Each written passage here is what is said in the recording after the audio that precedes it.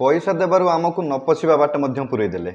पहरदिन मु मोर सांगमान सहित पुरी जाइथिली। चारिद्वार प्रवेशर बाट करा जाइछि। तेबे से प्रवेशर जो बैरिकेड अच्छे लंबा धाड़ी देखी आम आम भितर कथा होउछि जीवु केमिति। जने सहृदय व्यक्ति आसी पहुँचले बोध हुए सेवायत हेबे। आसी आमको कहले जीव कि भितर को आम कहले हाँ लाइन तो लंबा अच्छी। कहले नाई वीआईपी एंट्री रे तुमको मु नहीं जीवी।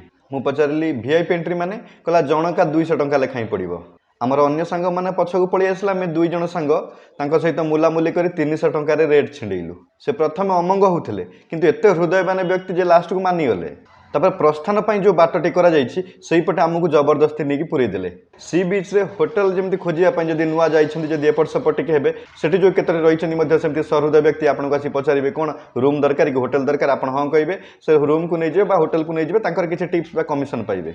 एठी मंदिर पाखरे से रकम किछि अछन्ति एमती महान व्यक्तित्व जो माने कि वर्तमान एई भली काम करूछन्ति। तबे एई भली कार्य श्रीमंदिर सुरक्षा नै प्रश्नवाची सृष्टि करूछ निश्चय।